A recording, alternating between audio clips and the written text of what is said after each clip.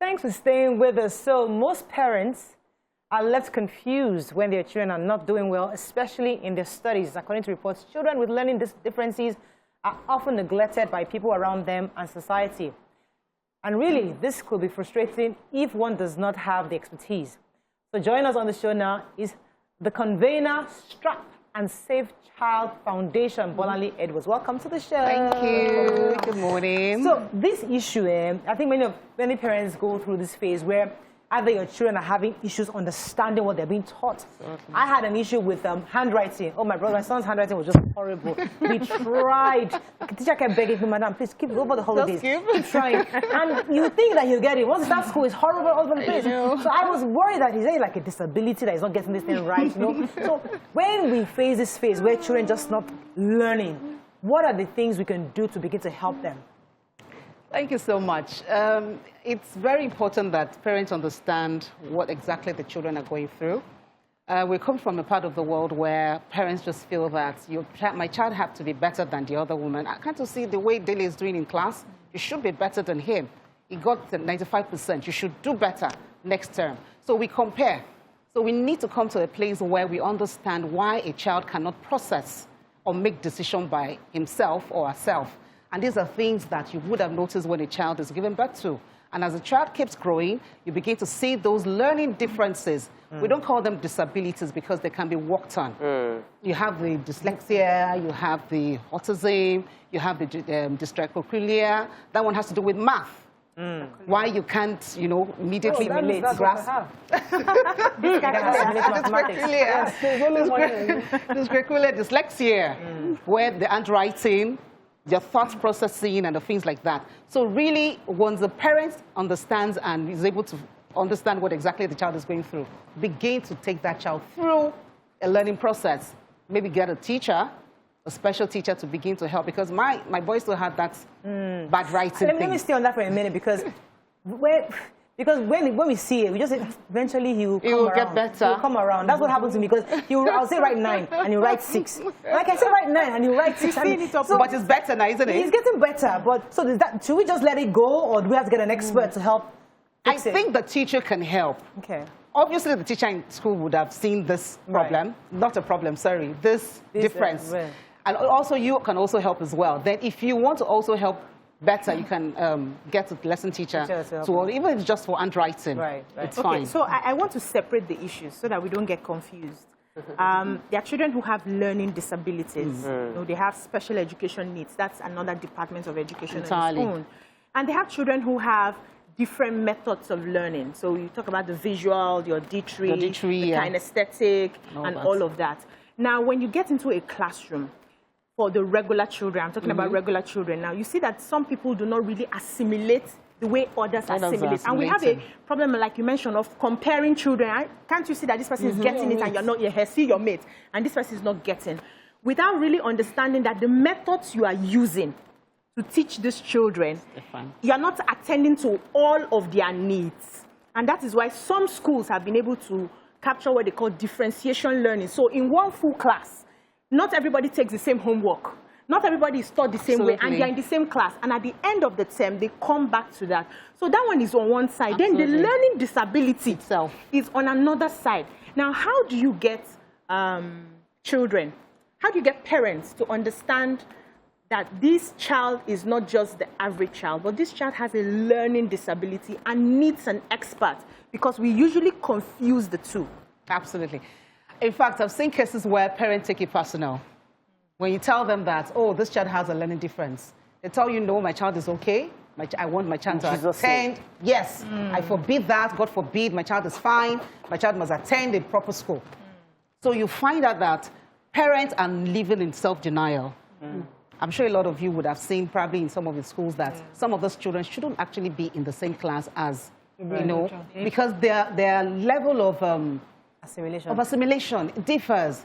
For some of the students, it's very slow, and you take some time. It takes some, process and all of that. So parents, you're telling the parent now that they shouldn't be worried if their child is going through that. They should not be worried. Every child has got an ability. Every child. So nobody should be worried. Let me see, maybe they're looking like, I have a bad handwriting. Out of my father's 5 kids, I have the worst handwriting. And I did everything, they did everything Till now. Till now. So what I usually say, is it legible? Because I think I got to a particular point, my father would say, I can read it.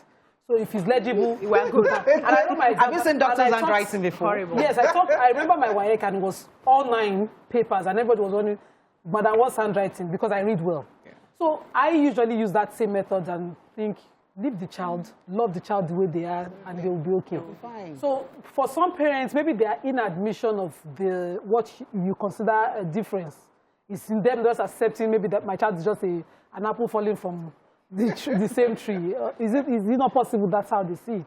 Yeah, it's very possible. And you see, that's why we also need to go get help in the right places.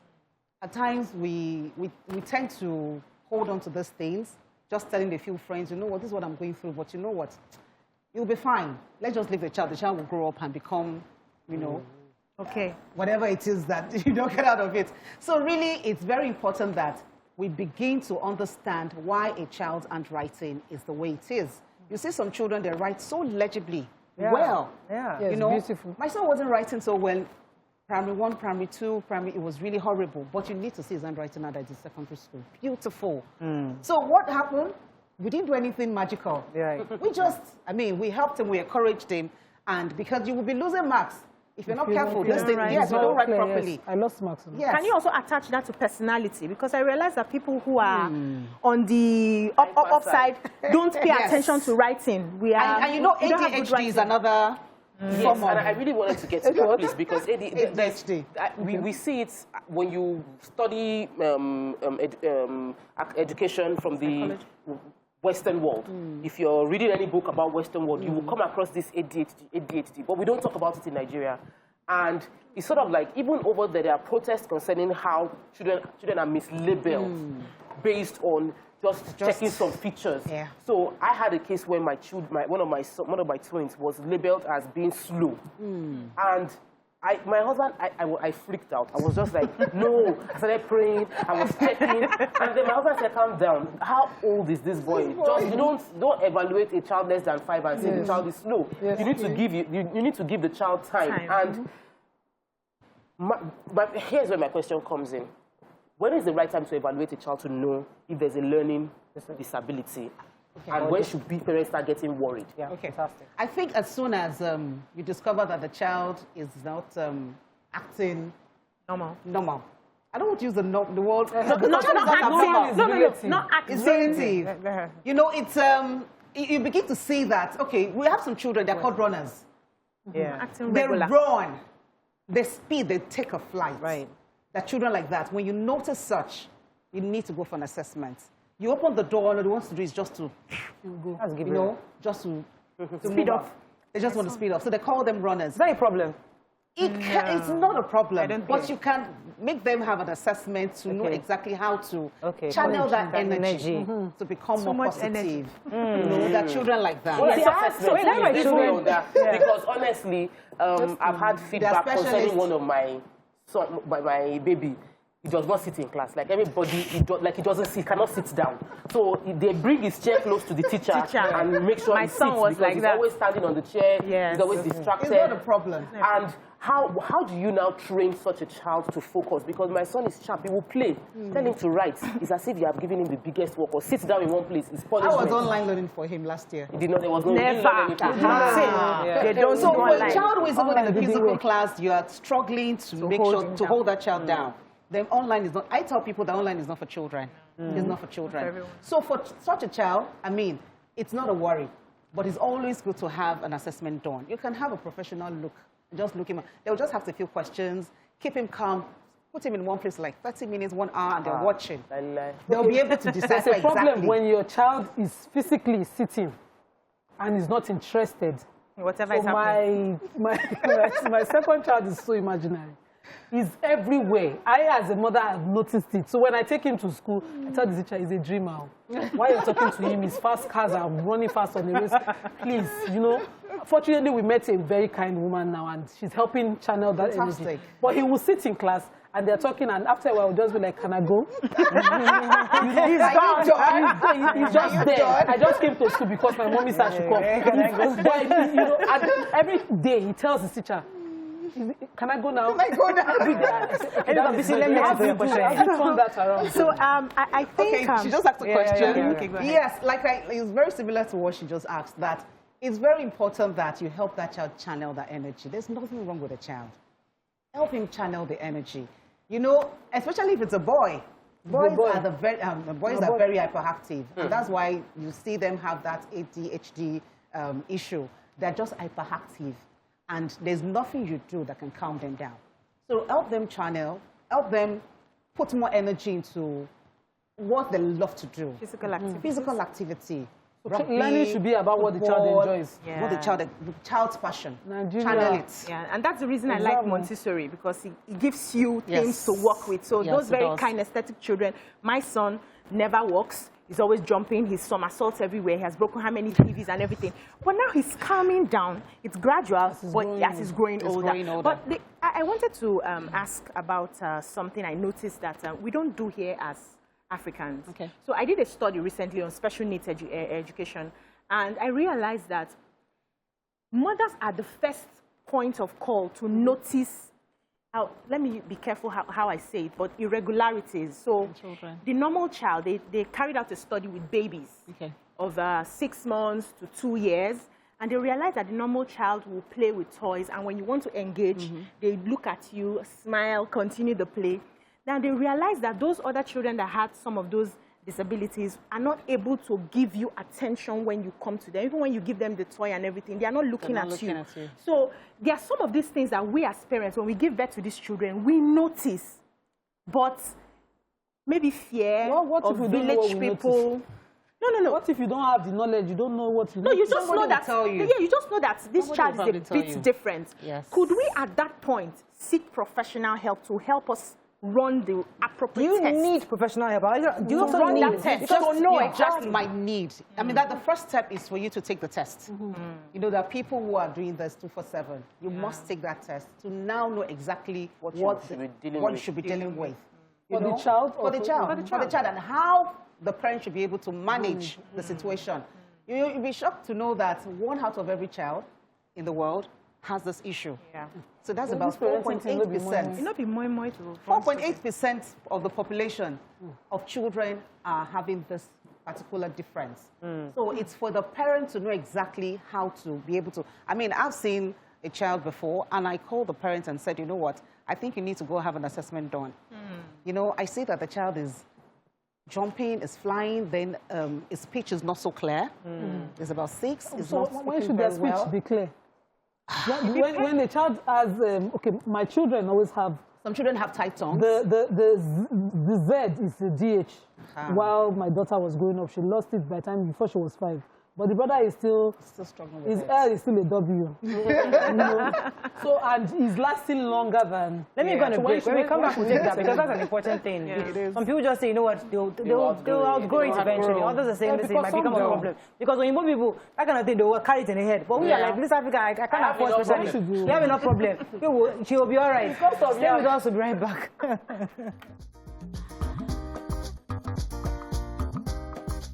Stay tuned. Your View will be right back.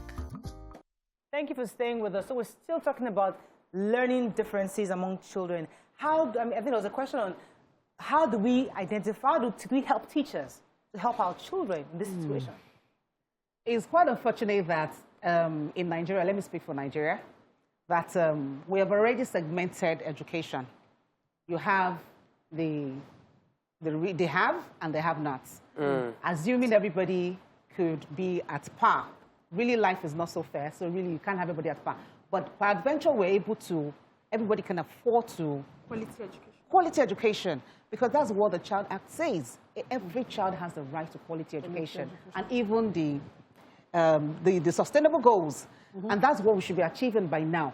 But unfortunately, we don't have that. So teachers that are in the, the school that everyone can afford to go to, they don't have what it takes.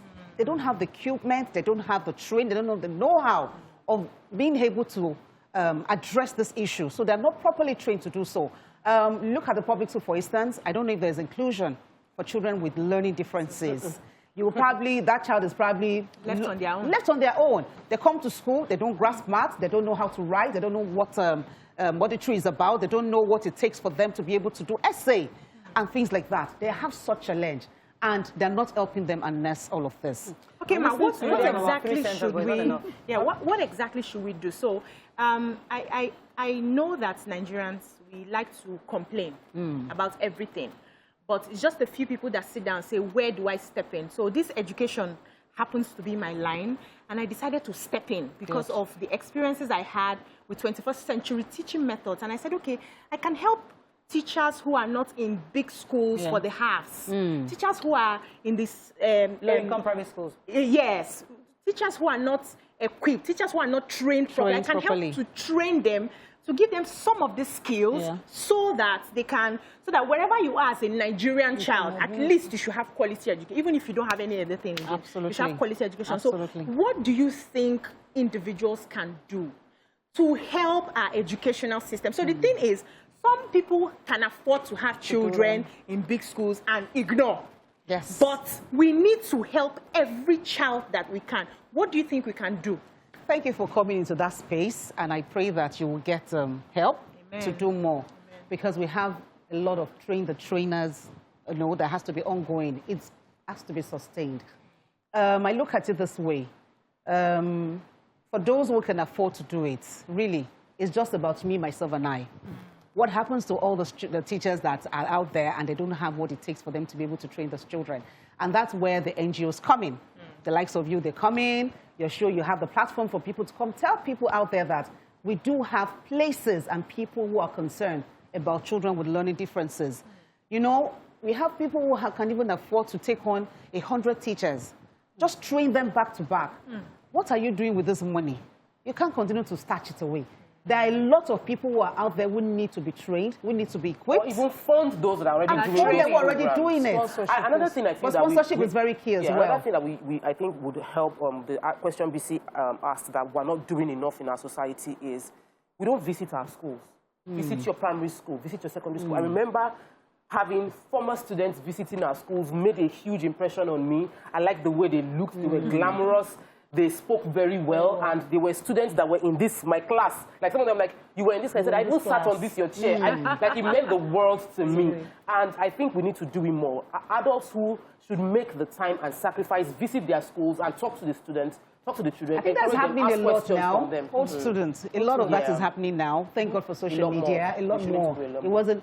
We should do more because people are already giving back and also making. Please, I have a question because I realized that a lot of people reach out to me. Raising children with special needs, and it is expensive and it is mentally draining. Yeah. So I saw a message, I did not reply. I hope she's not watching the show because I just couldn't, I didn't have the help to give her. She has a child with cerebral palsy and she's saying she's raising this child alone and she's even getting depressed because her husband has left her alone. Wow. Is there any, do you know of any... Cerebral palsy foundation, I've mentioned several times. You know why kids only give to one? You know, there's Dyslexia Foundation of Nigeria. They're available. And there's also an agency in Lagos State Office for Disability Affairs, LASODA. And they help. They do help. But I listened to you. I wanted to come in because I lost a cerebral palsy child that I met and fell in love with recently. What kind of care and be given to them? Because these are children who can't help themselves, and I felt that it was while that care was mismanaged that this thing happened. What kind of care do you think we can train their parents first before we talk about maybe their teachers? Because I know Tobiloba Ajayi, she's a lawyer. So and I think there are different spectrums. You know, there was those that this boy, while was here, was going through therapy. He was doing well. He can recognize us when he sees you and he knows you. You will see excitement. So there are prospects. What kind of care can we train parents to give? And then there's also the mindset of giving up when you have a child like that. What kind of training can we give them? Which is very natural. I mean, for any parent that is going through this, the first thing for you to do is to seek help. Seek help. Help. You can't do this by yourself. Is it money? Psychologists. Some people most times it's not about the money. Most times it's about here. Mindset. if you don't have that growth mindset that you're going to move from that spot to another, then there's going to be an issue. Thank you. So you need to begin to see people who can speak to parents, give them advice. Psychologists can, talk to them. We have specialists in this area who can actually tell them, you know what, we have access to what exactly is wrong with your child, but these are the things you need to do. You personally, there are some things you need to do by yourself for yourself. You have to be in a sane state for you to be able to cope with that. I have a friend in America that, she has a child like that, and is so grown now, he's about 20. And managing that can be a lot of work. In fact, there was a time that she was almost injured in the house. So you can't do that by yourself. You need to get help. The parent needs to be, talk to, the people, they call it shrink. You need to pour out and just say, this is what you're expecting. Nobody is prepared for this. But when it does happen, you just have to own up. Unfortunately, we have to wrap up on this, but I would like you to just leave a final word to parents who are struggling with children, not those living with disabilities, but those who are struggling to even help their children in learning. These learning differences we talked about earlier. What can they do just in 1 minute? And okay. Wrap up already we don't know if you have identified that your child does have such difference. Peradventure, you already know. It's very important that you seek help, and that's why we want to talk about this on Saturday. I don't know if I can give information, but we want to. It's free. It's a webinar, actually. So and that's why we identified this vacuum, and we said, okay, let's bring in professional in these different learning differences. So we have somebody who's going to talk about dyslexia, somebody talking about autism, a psychologist is going to come on, and we want a balanced discussion. So we have invited the Lagos State Agency to come talk about it. Now, what exactly is it that you're doing to help such children? It's online. We can join you online. It's online, Is it yes. a Zoom link? It's a Zoom link, yes. Okay, so I guess we have to share with us. So that it's we a can Zoom help link. people I'll know. share it It'd be with nice you. So it's very important that parents come on and listen to this. Then, of course, you can get their contact afterwards, and they can take it from there. 11 a.m. to about 1 p.m. I'll be working my own. I'm in school. I have a training, nurturing the knowledge. All right, that's all we can do. Thank you so much. Thank you. For coming Thank you so much. Thank you, ladies. That's all we can take on this. When we come back, we'll celebrate a young author. Stay with us. We'll be right back.